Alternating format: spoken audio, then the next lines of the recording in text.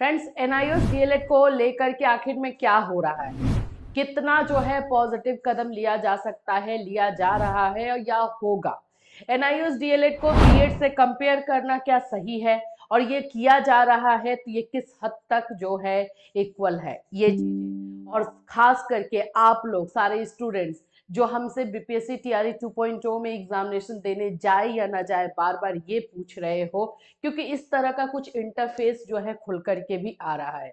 हम सभी चीजों के बारे में बात करेंगे पूरी तरीके से, इसीलिए ये वीडियो बनाया जा रहा है, क्योंकि बहुत सारे क्वेरीज, बहुत सारे क्वेश्चंस जो है इससे रिलेटेड आ रहा है। एकदम आपका ट्रांसपेरेंट हो जाएगा और ये बीएड के बराबर है या नहीं, ये सभी चीजें भी हम जो है क्लियर कर देंगे।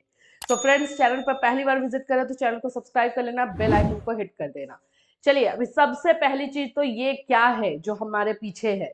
देखो, जब भी एडमिट कार्ड डाउनलोड करवाया जा रहा है बीपीएससी टीआरई 2.0 में, तो उसमें इस तरह का जो है चीज लिखा हुआ रहा है। मैंने पढ़ लिया और उक्त निर्देश से मैं सहमत हूँ। Read and agree with the important terms. माननीय सर्वोच्च न्यायालय Delhi civil appeal number S arising out of SLP, सारा लिखा हुआ, ठीक है। मैं दिनांक 28/11/2023 को पारित न्यायाधीश के आलोक में मेरी डीएलएड की डिग्री मान्य है। मतलब कहने का है कि ये सुप्रीम कोर्ट का जो फैसला आया है उसके अंतर्गत ही जो है स्टूडेंट्स फॉर्म भरे। तो इसी की वजह से बच्चे परेशान है कि हम फॉर्म भरे ना भरे। देखो, हम आपको अभी पहले एनआईएस डीएलएड में चल क्या रहा है और क्या क्या चीजें हो सकती हैं, और ये बीएड से अलग है, अलग है अगर बोला जा रहा है तो समझो। तो इन सभी चीजों पर हम बात करते हैं। सबसे पहला पॉइंट अगर मैं आपको बताऊंगी कि एनआईएस डीएलएड में अभी चल क्या रहा है, तो देखो, सबसे पहला इसका जो पॉजिटिव पॉइंट है ना, वो है एनसीटी। एनसीटी ने क्या अभी तक सुप्रीम कोर्ट के फैसले को डाला है अपने साइट पर?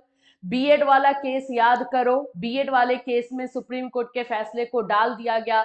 इवन हर स्टेट में जो है बकायदा नोटिस भेजा गया है कि इस केस के अंतर्गत ही जो है, इस फैसले के अंतर्गत ही सब कुछ होना चाहिए एनसीटी की तरफ से। ऐसा कुछ क्या इसमें हुआ? पहली चीज, आप बोलोगे नहीं, समझते चलो पॉइंट वाइज ही, ठीक है। एक तो एनआईएस डीएलएड में एनसीटी का जो रोल है वो एक हो जा रहा है।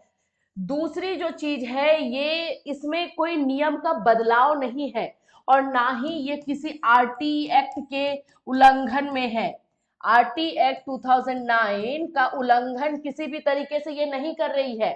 और बीएड के केस में ऐसा बना दिया गया था और ऐसा था भी, लेकिन एनसीटी ने जो रूल बनाया था उसको अपने तरफ से जो है सही से वो बोल सकते हो कि बता नहीं पाए कि आखिर में क्यों बनाया गया था। तो आरटी एक्ट का यहाँ पे कोई लेना देना नहीं है, क्वालिटी एजुकेशन का कोई लेना देना नहीं है। और ये बहुत बड़ी बात हो जाती है कि किसी भी अगर नियम का वायलेशन हो रहा है, किसी भी नियम का उल्लंघन हो रहा है, तो आपको हमने वो दिखाया भी था ना एक केस के बारे में, जिसमें बताया गया था कि अगर कुछ इस तरह के नियम बन गए हैं जो किसी भी तरीके के आर्टिकल, किसी भी नियम के, संविधान के नियम के अपोजिट जा रहे हैं, तो उसे जो है खत्म कर देना चाहिए। लेकिन ऐसा इसमें नहीं है। आरटी एक्ट 2009 के किसी भी नियम का उल्लंघन नहीं हो रहा है, तो कैसे बीएड से इसको बराबर मान रहे हो? तीसरा और सबसे इंपॉर्टेंट पॉइंट ये है कि इसमें लापरवाही हुई है, इसमें लापरवाही की गई है, केयरलेस, इसको मैं मानती हूं। और ये केयरलेस स्वभाव, देखो, बोला तो यही जा रहा है कि जब जब उस समय जो एनसीटी के अध्यक्ष थे, उन्होंने जब एनआईएस डीएलएड को रिकॉग्निशन लेटर दिया, रिकॉग्निशन नोटिस जो दिया, उसके बाद उनका ट्रांसफर हो गया या फिर वो वहां नहीं रहे, जो भी, या रिटायर हो गए, ऐसा कुछ हुआ, जिसकी वजह से इसको फिर गैजेट में शामिल नहीं करवाया जा सका। तो एक तरह से कहीं ना कहीं दिमाग से स्लिप कर जाना या इस बात पे ध्यान नहीं देना, केयरलेस स्वभाव, यही तो मैं बताऊंगी, ये चीजों की वजह से ऐसा हो गया है। तो ये केयरलेस है भाई, तो ये नियम का उल्लंघन और उस टाइप का नहीं चीज है। क्योंकि जो रिकॉग्निशन लेटर है उसमें एनसीटी ने क्लियरली बोला है कि ये जो एनआईओएस डीएलएड है वो डीएलएड 2 साल के डीएलएड के समकक्ष है, उसके इक्विवेलेंट है, और इसको जो है आगे के जितने भी भर्तियां हैं उसमें लागू की जाएंगी। और ये बात सुप्रीम कोर्ट में भी बोला गया है, सुप्रीम कोर्ट ने एक्सेप्ट भी किया है, जो जस्टिस थे उन्होंने एक्सेप्ट भी किया है। लेकिन नियम तो नियम है, एक नियम से चूक गए हैं, एक कमी से चूक गए हैं, और वो कमी यही था कि इसको गैजेट में क्यों नहीं शामिल किया गया। बस यही है मामला, सिर्फ गैजेट वाला मामला जो है। तो यहाँ पर चौथा पॉइंट यही है कि यहाँ पर सिर्फ और सिर्फ उस रिकॉग्निशन लेटर को या तो गैजेट में शामिल करवा लेना है, या फिर आप नया गैजेट बनाइए एनआईएस डीएलएड को भी लेकर के। तो ये चीजें जो है, तो इसमें रास्ता साफ दिखाई दे रहा है, मुझे पता है किस रास्ते पे जाना है, लेकिन अकेले अगर मैं चलूंगी तो कहीं ना कहीं हो सकता है कि या तो मैं थक जाऊं या मैं रुक जाऊं। तो इसमें साथ में चलना है। एनआईएस डीएलएड के जितने भी अभ्यर्थी हैं 14 लाख हैं, तो सभी के सभी को साथ में आना पड़ेगा, तब वो रास्ता जो है बहुत इजी हो जाएगा। होगा है तो रास्ता क्लीन है, उसी चलना तो उसी के ऊपर है, लेकिन बहुत क्लीन और बहुत बोल सकते हो इजी रास्ता हो जाएगा, जिसपे कि आपको सक्सेस थोड़ा जल्दी मिल जाएगा। होता है ना कि हम एक दूसरे के साथ जब चलते हैं तो बातों बातों में ही रास्ता जो है कब कट जाता है पता नहीं चलता, और अकेले चलने पे वही रास्ता जो है बोरिंग हो जाता है, या हम जो है थकावट महसूस करते हैं। सेम वही चीज होने वाला है। तो एनआईओएस डीएलएड के बच्चों को परेशान नहीं होना है। ये मैंने बता दिया कि किस तरह से भाई ये बीएड से अलग है। अब इसमें हो क्या क्या रहा है, तो सबसे पहले तो आप लोग भी इसमें पार्टिसिपेट कर सकते हो। एनआईओएस डीएलएड को जो है गैजेट में शामिल करवाया जाए, उसके लिए जो है सरकार एमएचआरडी और एनसीटी इन दोनों पे जो है प्रेशर डालना है। जितने भी मिनिस्टर्स हैं उन पे जो है ये बात रखना है कि वो अपनी तरफ से जो है कदम उठाएं और एनसीटी को बोले, और एनसीटी जो है इसको शामिल करे। बस यही वाला मुद्दा रह गया है, और इसको गैजेट में शामिल कर देना है। आप बोलोगे मैम आप जितना बोल रही हो तो बहुत ही ईजी लग रहा है, एक्चुअली में ये ईजी है। इसको जो एक हवा जैसा बनाया जा रहा है ना, वो ऐसा नहीं है। लेकिन ये चीजें करने के लिए सबको साथ में आना पड़ेगा। अब देखो जितना लोग ज्यादा साथ में आएंगे उतना जल्दी होगा। आप चाहते हो कि ये आपको 2 महीने में हो जाए, 3 महीने में हो जाए, हो जाएगा, लेकिन साथ में आइए। इसके लिए दूसरा जो काम किया जा रहा है, रिव्यू पिटिशन का काम हो रहा है। रिव्यू पिटिशन में जैसे कि आप लोग जानते ही हो कि बीएड के टाइम में भी हमने बताया था कि बहुत सारे जितने भी केसेस हुए हैं, रिव्यू पिटिशन का मतलब होता है कि सुप्रीम कोर्ट को अपनी जो सुनवाई उन्होंने की है उस पे जो है पुनर्विचार करना।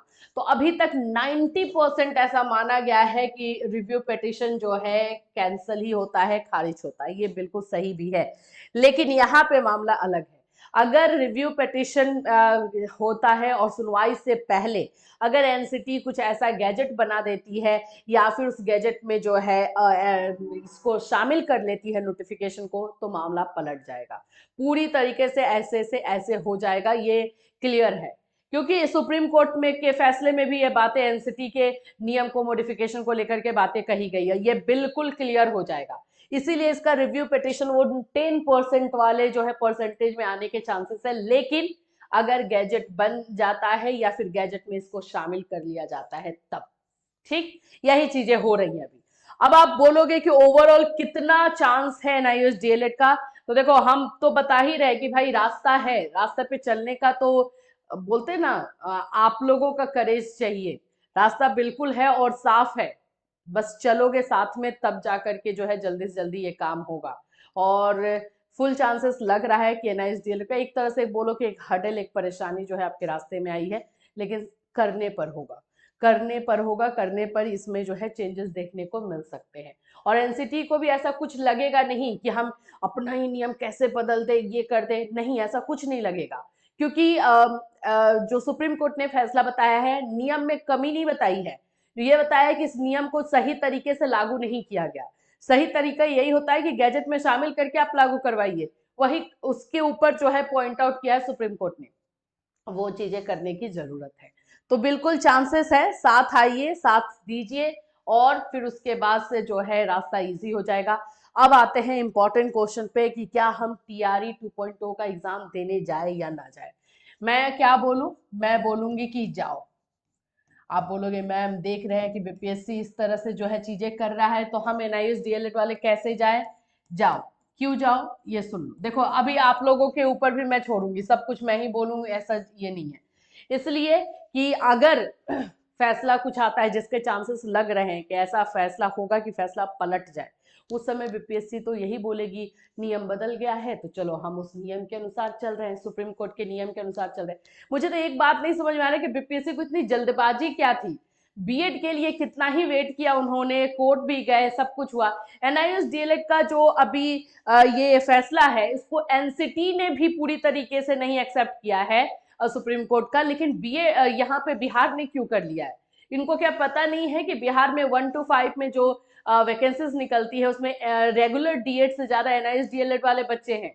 मतलब क्या हो रहा है मुझे नहीं समझ में आ रहा है। मुझे तो ऐसा लग रहा है कि सीट खाली रह जाएगी, एनआईएस डीएलएड के बच्चे नहीं जाएंगे, जो बची कुछ सीट है वो भी खाली रह जाएगी, और फिर उसको जो है ये लोग छुपा लेंगे, एंड छुपाने के बाद इसको जो है अपने अपने सेटिंग वाले मामले में लगाएंगे। यही चीजें होंगी, इसीलिए जो है इस तरह का किया जा रहा है। अदरवाइज अभी एनसीटी ने एक्सेप्ट नहीं किया है, आप इतनी जल्दबाजी में क्यों हो? क्यों इतनी जल्दी? उस समय तो आपने सुप्रीम कोर्ट के फैसले को नहीं माना था, सुप्रीम कोर्ट ने स्पेशल लेटर निकाल दिया था बिहार के लिए कि भाई आपको हम उम्मीद करते हैं कि आप मानोगे, तब जाकर के आपने माना था। तो बिल्कुल जाइए, ठीक है, आप एग्जाम जरूर देने जाओ, और एग्जाम देने के बाद ऐसा अगर देखो, मैं ये नहीं बोलूंगी कि 100% हम बिल्कुल नहीं बोल सकते, फ्यूचर के बारे में नहीं जानते, लेकिन चांसेस हैं अगर होने का। अगर कल को ऐसा हो जाता है कि फैसला पलट जाए, तो उस समय बीपीएससी तो अपना हाथ खड़ा करेगी कि हम तो रूल के अकॉर्डिंग चल रहे थे, आपका क्या होगा? इसलिए मेरा सजेशन रहेगा जाइए, लेकिन डिपेंड आपके ऊपर करता है कि बहुत ज्यादा दूर है या ऐसा कुछ है तो आप देख लीजिए, ठीक है। और बाकी अभी तक एनआईएस डीएलएड के मामले में यही सारी चीजें चल रही हैं। जैसे ही कोई भी अपडेट, कोई पॉजिटिविटी आएगी, डेफिनेटली आपको इसी चैनल के माध्यम से इन्फॉर्म किया जाएगा। Till then take care everyone.